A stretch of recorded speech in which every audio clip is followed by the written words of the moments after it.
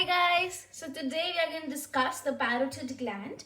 Now I have divided the parotid gland into the 3 videos. In the first video, we are going to discuss the introduction. The second video will be based on the external features of the gland. And the third video will have the contents, blood supply and the parotid duct. So do like, subscribe and share my channel. Let's start with the video. So this is the first video for the parotid gland. Let's begin. The parotid gland, it is a 25 grams in weight structure which is like an inverted pyramid shaped.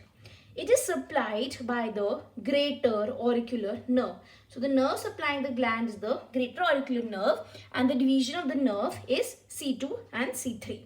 Now we have two types. We can have the serous or the mucous or the mixed type of gland.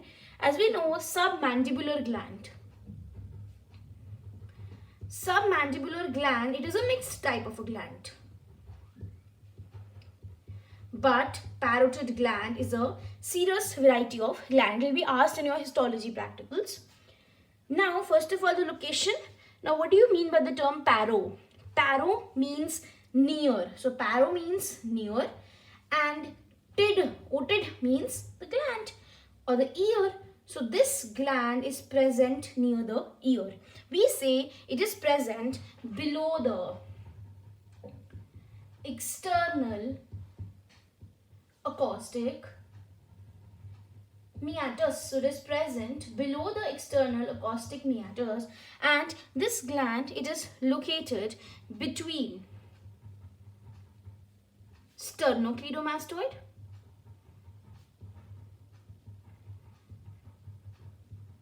sternocleidomastoid muscle and the ramus of the mandible.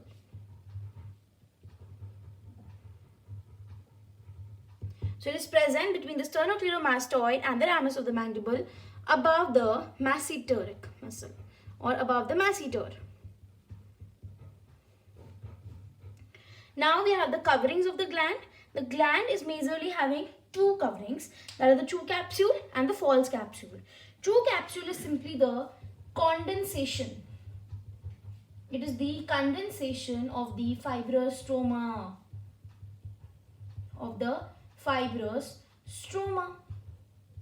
While the false capsule, it is the investing layer of the deep cervical fascia. So it is the investing layer of deep cervical fascia. Now, whenever you go through the dissection of this gland, you will be able to appreciate these coverings around the gland. If you take the gland in your hand, you will see the two layers, the two capsules of the gland. You'll have to first of all see the true capsule, and then you will see the false capsule of the gland. So the false capsule, as I've written here, it is the investing layer of the deep cervical fascia.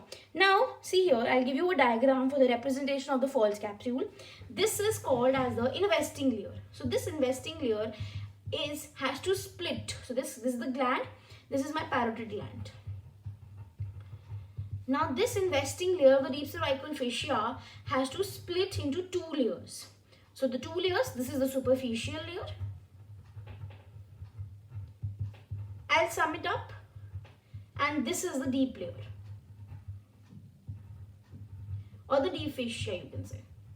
So this is the superficial fascia and this is the deep fascia. Now the superficial fascia is attached to the lower border of the zygomatic arch, and the deep fascia, it is attached to the styloid process and the tympanic membrane. So the superficial fascia, that is also called as the parotido-masseteric fascia, because the masseter muscle, it is present above the masseter muscle. I told you here that it is present above the masseter muscle, so it's called as the parotido-masseteric fascia.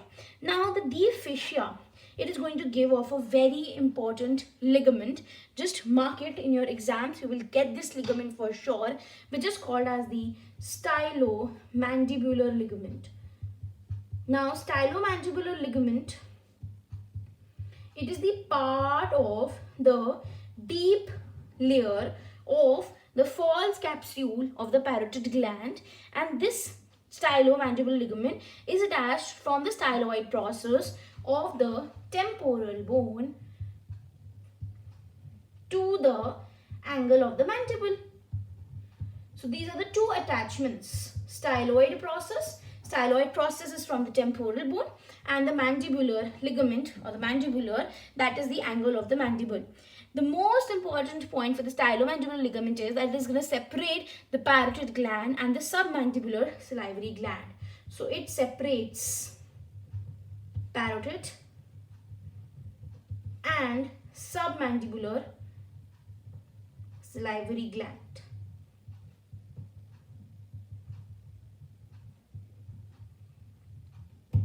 So that's it for the video. Thank you so much.